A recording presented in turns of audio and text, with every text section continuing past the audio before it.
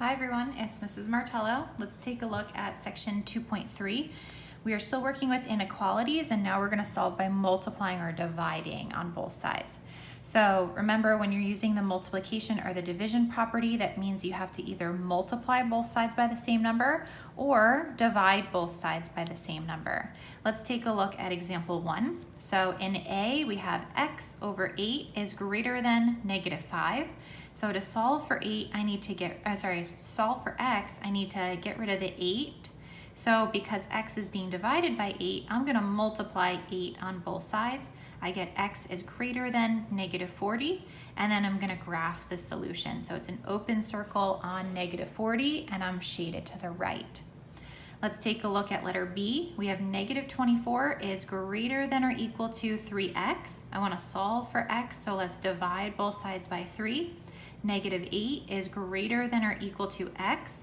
And remember what I said, we want to rewrite it so the variable's on the left side, which means that x would be less than or equal to negative 8. Notice how it's pointing to the x here, it's still pointing to the x here. So these are equivalent. We're going to have a closed circle on negative 8 and we're going to shade to the left. Okay, let's take a look at one of these examples together. We're going to do monitoring progress 2. So I already have it written down here. Monitoring progress 2, we have negative 6.4 is greater than or equal to 1/5 w.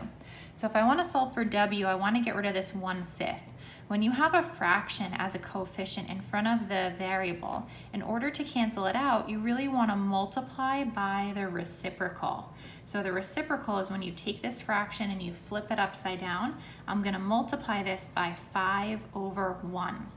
1 over 5 times 5 over 1, they cancel each other out. Well, if I multiply this side by 5 over 1, I want to multiply this side by that as well. Well, 5 over 1 is just the same thing as 5, so I could just write 5, or I could write 5 over 1. That doesn't matter. So if you want to, you can use your calculator and multiply these here together. 5 times negative 6.4.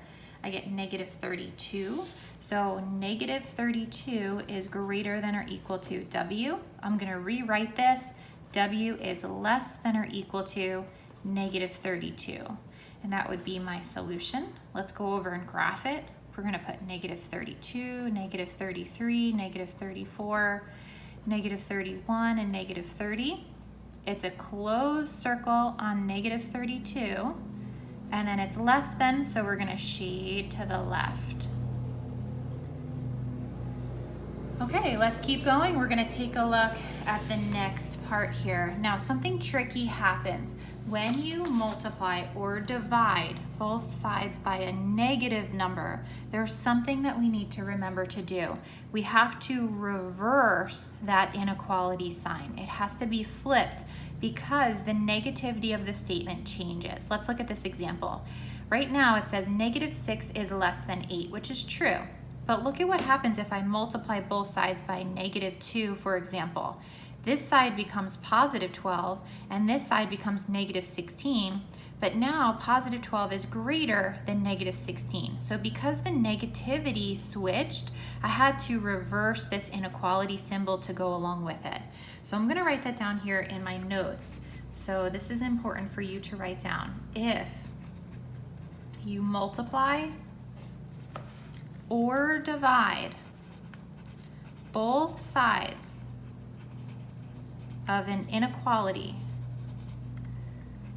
by a negative number, you must flip the inequality symbol. Okay, that's important for you to remember, so definitely keep that in mind. Okay, if you need to pause the video to write that down, you can absolutely do that. Well, I'm going to move forward. I'm going to look at the next example. So here's example 2. We have 2 is less than y over negative 3. If I want to solve for y, I'm going to multiply both sides by negative 3. And look at how I have to flip the inequality symbol. Negative 6 is greater than y, and then rewrite it. Y is less than negative 6.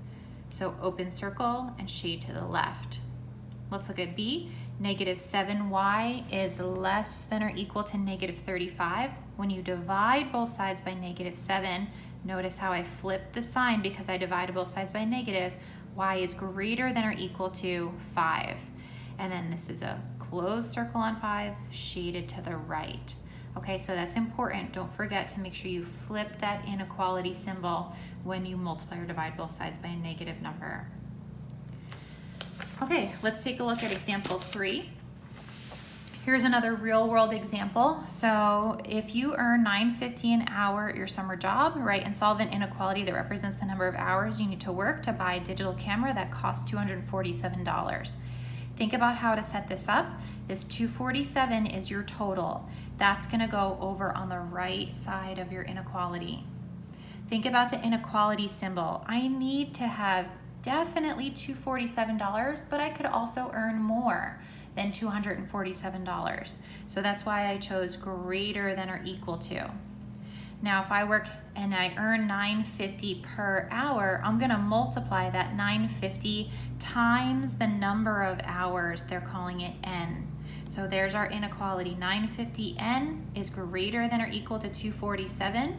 And then I can solve, divide both sides by 9.5, and I get N is greater than or equal to 26. So I need to work at least 26 hours to earn enough money to pay for my camera.